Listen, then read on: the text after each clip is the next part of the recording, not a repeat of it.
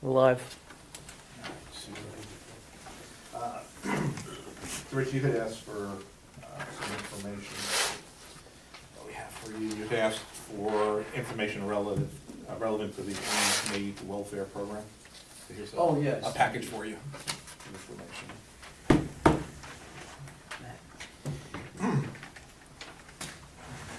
And I know that Bob, I saw that email that you had sent over with respect to the ice cream cart.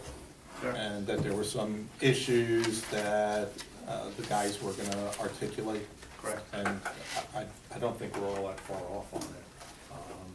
So what were the concerns? Does somebody want to? I'm gonna let them explain Yeah. the situation and circumstances. Who wants to take a shot at it? Ice cream cart. Well, first and foremost, our units, Just go like well, that. no one's talking, so, our units are extremely busy. Okay. So workload is number one.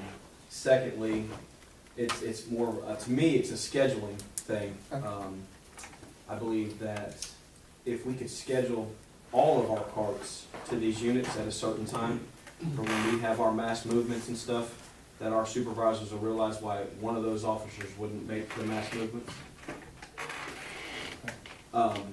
We have officer, we notify them as officer shutdown. We have units shut down constantly that have 128 inmates on them with one officer working. On them days when we're shut down, we don't want to move our staff around from another thing to cover these things. We want Well, officers. why would it, first of all, this officer shutdown, do you know, have you ever heard that term before? No, I'm not familiar with it. It's stunning. Let's start with that. We have 128 inmates. Remember, the inmates could be charged with anything up to whatever, or doing county time. But charged with anything up till, first-degree murder. So when I heard the phrase shutdown, I go, what does that mean? And I was stunned to hear that it means you have one officer in the unit. Could that possibly be the case? One officer on several units At the same time? at the same time. Which is of, deep concern, I would assume, to the county that our staffing is so low. But how does that play into these cart thing? Well, these carts show up, well, they're on day shift, and they show up, and you have medical on the units at points, you have mental health on the unit, and these officers are just being overwhelmed with the amount of work that they're being required to do. So what does it mean when you have mental health on the unit? Mental health comes up to the unit, and they need you to pull upwards of 5, 6, 7 people so that they can counsel them down the hallway and talk, do whatever they do. And then you got medical handing out med pass. You're required to stand with medical and watch them hand out medications. Then the commissary cart shows up, and we've got to roll these tiers all the time now. We got to open and close doors for inmates to get commissary, and it's just a lot going on. So the current commissary card, is that scheduled? No, So the current, I believe they have a schedule, but they don't follow it. okay. So then we have this ice cream thing. And how is that gonna add to the problem? It's just another thing that we have to do when we're too busy and too short.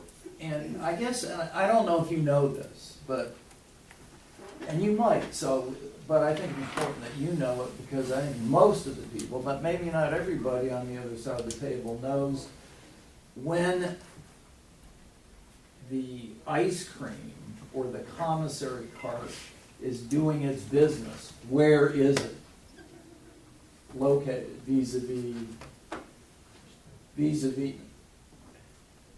Go ahead if you want to articulate something. Okay, either way.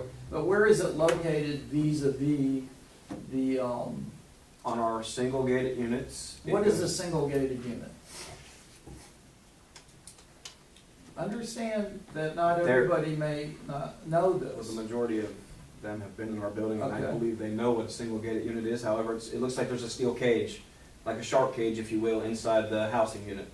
that these commissary people, civilians, go in with another inmate and sit there and give inmates food, sell inmates food, while we're on the other side of the unit watching medical. So unless they holler out, you never know what's gonna happen. And the other inmate's a trustee, right? One I assume, trustee. yeah, I assume that it makes a trust. Right. I would hope. And then you have another commissary cart that these guys are on a kiosk ordering food twice a week, and I don't even know what they can buy now. It used to be a $60 limit, but you get just bags and bags of food coming in, and I realize it puts profit into the county and into the jail and into the inmate welfare fund, but I guess what it all boils down to is we need more staff to do our job correctly. And in the short term, when we have as we perceive this ice cream thing to work, it's just gonna create more of a problem in terms of exposure. I don't necessarily know that. I guess, Mark, would you like to address this? Could you- Yeah, so just to clarify one of the comments that Mr. Harrison just made, that the county does not profit from commissary sales in any way, shape, or form. The money generated through the commissary funds provides educational, recreational, and vocational programming for our inmate population. Gotcha. Reentry type programs to make these folks successful, give them job skills, give them education, pays for their GED programming, things of that nature. Traditionally in corrections, this is my 12th agency, the commissary programs are very productive in offering inmates incentives for good behavior and to keep them from being locked down or warehoused. Forgive me for interrupting. We have no problem with the concept. Please understand that. We're not It sounds more like a scheduling issue. So let me continue, because what we do is we offer them commissary through the kiosk. We have a kiosk on all of the units to where they can go in. We also offer it on the internet where their families who may be far and abroad can order on the commissary on the internet, and those deliveries will take place. The carts are in addition to the normal routine delivery. The scheduling can be done, and Mr. Harrison and I have talked about that a time or two previously. So what we're planning to do with this ice cream cart is to not hit the same unit the same day with both carts, but develop a schedule to where it's alternating. Gotcha. So I don't see it as an increase. I see it as the same, because what we're planning to do at this stage, and we're working with our vendor to come up with this schedule. Unfortunately, in our business, as you all know, even if you have a schedule, there's no guarantee it's going to operate the same way every single day. For sure. It's sort of a guideline. But we do have good intentions of putting a schedule together. The downside is we're also required to do medication call. We do it twice a day. We're also required by law, the inmates are the only ones that's constitutionally guaranteed medical care and mental health care. Unfortunately, a large percent of our population are mental health and do need medications. So being able to say that you have a full 24-hour day schedule with everything that takes place would be a far-fetched imagination, honestly, with 1,500 inmates, 2 different jails. So the plan is to develop a schedule to allow both the regular commissary cart and the ice cream cart. You know, I use the commissary for creating good behavior. We don't deliver commissary on those folks that do not behave. We've got a unit specifically designed called the Behavioral Modification Unit. They don't get commissary because we're only giving the commissary to those folks that for the most part, do what we expect them to do and communicate within the jail. So I don't know if I clarified it, but we do have plans to get in a schedule to not increase the workflow, but level it out, so to speak. No, absolutely, and I appreciate that. And again, when I get my tour, that I can be brushed up a little bit, but my understanding is that the ice cream cart, using that as an example, will be in what I call a sally port area. Am I right or wrong on that? It depends on which unit it is, Okay. because what Harrison's talking about, there are some units that don't have a sally port. Mm-hmm. There's a single door, and when you open that door, you're in the unit. We have a Wow. food tray slot in those. We don't open the door. You've got a food tray slot, and that's where they get their meals. Some of the units, they do slide, but there are opportunities where you don't have to open that. But you don't have, well, with let's use the ice cream cart, is you have to have an officer with the private vendor, I suppose we call him, while he's doing his thing. Is that correct? If they're in a unit, yes. Yeah, okay. The same as you do with medical and everyone else. If you take a maintenance person in there, you've got to have somebody. to deal with Absolutely. them. Well, at the same time, if we have a shutdown unit, are we not gonna be doing the ice cream cart? If it's in the sally port, they open the door and they can do their business while they're in the sally port, because there's still a gate to provide the safety for that staff member. So an officer does not physically have to be present in the sally port area of those double gated units. Okay, that's good to understand And how you'll it's see it going to when on work, tour. which I really wanna do as soon as possible, because it informs my ability to sit here across the table and have a conversation with you about this without being completely ignorant. But I guess what concerns me is, and help me if I'm wrong here, is this private vendor is going to come into the various units with a big old box with wheels on it and pushing it around. What is in that box? Well, they're currently doing it. It's commissary Okay. items. Yeah, they're. What is in that, box? Is somebody inspecting the box to see if there's drugs in it or weapons or anything of the sort? Yeah, but you're now going to a whole totally different direction. No, I am going to a different direction. On the notion that the officer can put the commissary in the salad port and leave and do other things, that's not correct. When that salad port is open and a civilian is in there, the officer has to be standing right there at that door. No, they changed it. I wrote an email in the 401 about that to Captain Mason, and that's been addressed. As long as we're observing, that was the word they used. So basically, if you're on the unit in the officer station, you can poke up real quick if you hear a disturbance or I didn't something. get that memo. Right, It's no different than our satellite first aid kits. You all don't have anybody down there. We put safety mirrors up there. We've locked the door where the inmate can't shut it. I didn't get that. Every staff member has a whistle, so, There's a communication thing you're pointing out, so. well, he's a We'll see what sergeant of we one of do. my units, and I would have expected, you to have that information, because the line officers have it. It's Some of the line strange. officers have. Well, I wrote the report, so that's why I had personal knowledge of that. Plus, Okay. he's always in the other building, so I don't even know if the staff over there knows. Okay, but I think that's a separate issue that that we can address. But I guess you can understand the concern when we have shut down units, to use that term. Is that a term that you guys use across the That's a table? term I Shut didn't down? come up with. That's a term that's probably been used in this jail since the jail was built 30 Okay. and 40 years ago. And it's not an uncommon thing in the field of corrections. There's every prison and every jail in this country that's short-staffed. There are some jails that do not fill their positions with overtime. We're not one of those.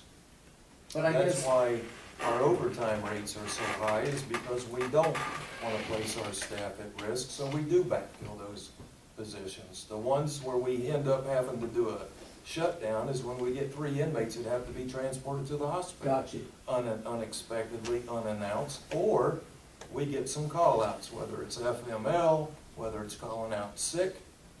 And we have a rule that says you'll report within 2 hours of your report time. And we try to fill those positions in that 2-hour time frame, but they're not always filled out. And we don't shut down those units where those hardened, heavy, full-time criminals are. We try to lower it to the lower level security of inmates because they're less risk. They're lockdown units, for instance. Unit 1, for instance. So we try not to shut down any unit, but there are some times where if you don't have people, what do you do? So previous to me, units were identified to be those shutdown units. That's a practice that's been in this place for a long time. So is it fair to say a shutdown unit is one officer in a unit for the term of a shift? Can be. Yeah. So do you have records showing how frequently that occurs? I'm sure we do. Okay, I'm that sure would we be do. useful, and I'll make a request. Yeah, it's a lot easier if you send No, I'm something in not writing. gonna say, Yeah. this is a request. Yeah, Forgive me. yeah, got it. And I guess the thing is, where does 128 people, what number, when I keep hearing 128, what does that mean? Is that a maximum? That means our 4 housing blocks on that unit are pretty damn full. Mhm. And it's based on the number of inmates that we have in our custody, which we have no control of. But do you staff or schedule, forgive me, to have 2 people per Yes. 128? Yes, that's on our schedule. And how many people, when I say people, I mean bargaining unit people, officers, do you schedule on a shift? I don't understand your question. Well, you have shifts, don't you? And at some point in time, there's a number that's reached and you go, hey, we need to call in overtime. And I guess, So we have an optimal number of staffing positions. And you can go into our telestaff and it'll tell you what unit, it'll tell you the entire thing. Day shifts are identical. The night shifts are identical. And what happens is those folks get plugged into those positions. And we do a shift rotation every 6 months. But when you get a shift that has 4 or 5 call-outs in a 1 shift time, that shift commander is assuming duties 5 people short automatically. And there are some locations that we will not work 1 officer. Our maximum security area is an example. Regardless, but we may have to pull 1 from a lower level unit to staff up that maximum security level or that higher level unit to make sure that there are 2 folks there. but there are obviously places where you will shut down. Yeah, they have been identified for decades. These are the units that you can shut down if there is a need to do so. So how, I guess, so there is a number where you will call in overtime. How many people do you build in being sick, vacation, injured, and not at work for whatever reason, before you How will call in many do we overtime? build in? Yeah, let's say you schedule X, and then when X minus 5 shows up, you'll call in overtime. So actually, let me ask a more fundamental question along those lines. So the shift staffing, is that the same for every shift? Both day shifts are the same, both night shifts are the same. There's a number for days and there's a Right, number so for there's a different number for Nights days, is a a different little number for less days. than Okay, nights. that makes But sense. the- There's a lot more going on Right. during the day shifts. Of course. Got it. And so what is full staffing for COs for the day shift? Yeah, I don't have those Oh, numbers. got it, we can get those numbers. But they exist, They do exist. obviously, because somebody has to make a decision. department, there is no decision because there is a number, I need to call in overtime. If it's FML related, we won't fill that position because we don't know that it's gonna be FML until they call it in. If it's planned absence, to where somebody knows they're gonna have a medical procedure, then we'll fill that position. And then people If just it's- call in sick at the last minute. Yes, we don't get to fill those positions. If it's somebody, I'll give you an example. This past week, we had 3 inmates in the hospital. That's 6 officers per shift, so that's 12 overtime positions per day. When that inmate, we had 1 left over in DeLand, when he came back, that shut down 4 overtime positions that somebody had already been scheduled for. On their off days, they would have been mandated or volunteered to come in and work that overtime. But when that hospital post got shut down, then we were able to cancel those overtime Mhm. positions. If somebody bangs out at that 2-hour mark, we may or may not be able to fill it. It just depends. But there are strict guidelines as to when you automatically are gonna call in overtime. If it's planned, we always fill it, or try to always fill it. When you say planned, you're talking about somebody being off duty. You can call in Schedule. Yeah, Friday. you're talking about schedule. Yeah, you can, Vacation. Yeah, vacation. well, those are 3 per Operation. shift, per You know, day. Somebody gonna have a medical We plan procedure. for 3 people to be on leave per shift. But if McMullen calls in Friday and says, hey, I'm sick, I won't be in Friday, Saturday, or Sunday. If he calls in Friday, there's a good chance that's not gonna be filled for Saturday and Sunday. It might, it just depends. If he calls us in Thursday, then we will get those filled. Going back to the shutdown units, you of course, presumably, never want to have a shutdown unit. In an ideal world, that would be ideal. You are correct. Because everybody would show up to work when they were supposed to be there. So if everybody doesn't show up for work, and you see you have a shutdown unit, do you immediately call in overtime, do No. involuntary overtime? It doesn't have to be a call-in. If you're up on unit, 9? Whatever it is that causes the shutdown. And we have an inmate, 2 inmates, 3 inmates, 4 inmates that get transferred to the hospital, we're pulling from those units to send somebody to the hospital. So what do you do then to make it no longer a shutdown? There unit? are identified units for shutdown purposes. Okay. And when that happens, you shut that unit down in sequence. So you will allow it to be shut down It during the has course to of the be, shift? there's no other options. Well, you could call in somebody to work overtime. If they answer the phone, that would be an ideal world. Okay, do you do that though? I guess is my question. Not on that, no. But anyway, I will request the information. That's fine. To flesh that out, because there's a lot of variables, and I appreciate that. Do you have any questions, any of you guys, about the details of? I don't know. Okay, good. Thanks a lot, sir. It's a horrible situation, I know. and I wish it wasn't that way, but, that's part of this business. I know you don't want it to be that way. We don't want it to be that way, because you see the safety concerns we have and the Well, workload that's why we concerns. fill our overtime positions when we can. And obviously, the solution to this, and we all know what it is not necessarily in control of the people in this room.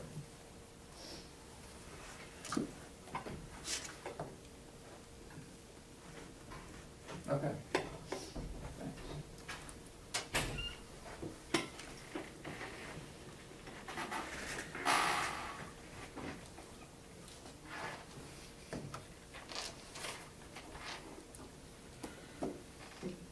What would you like to turn to? Well, we had made a request for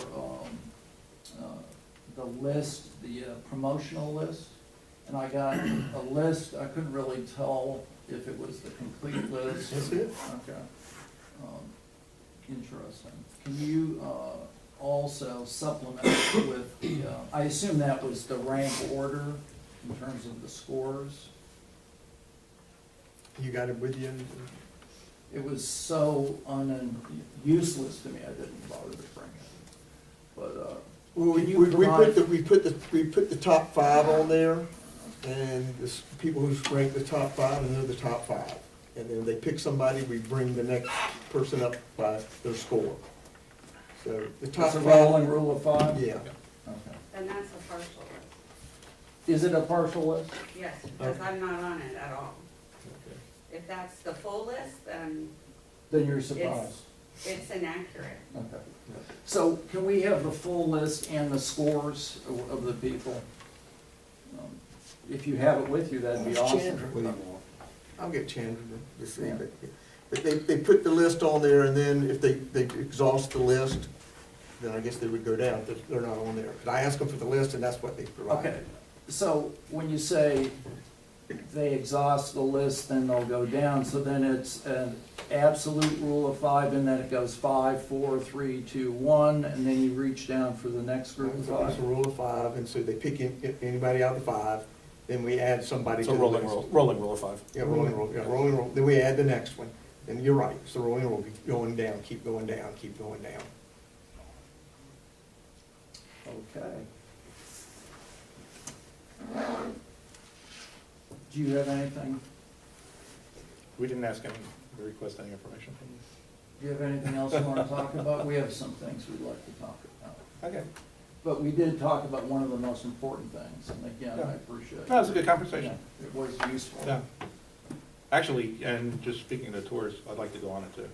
Obviously, I don't have much experience poking around the jail, so I'd love to actually get to go and see some of these areas that we're talking about as well. And in that connection, we have, when we do put the tour together, we would like to have some input in terms of where we go. Yeah. And we have some people that would like to be, Right. they have budding second careers as tour guides. Okay. Yeah, actually, it might be helpful to identify those areas up front, in case there are any arrangements that need to be made. Absolutely. So, but, you know, we'll work with you, and I'd like to go on it as well and see some of these areas we're talking about. Be helpful. We'd like to take a short caucus. Oh, sure, of course. It's probably easier for us to leave.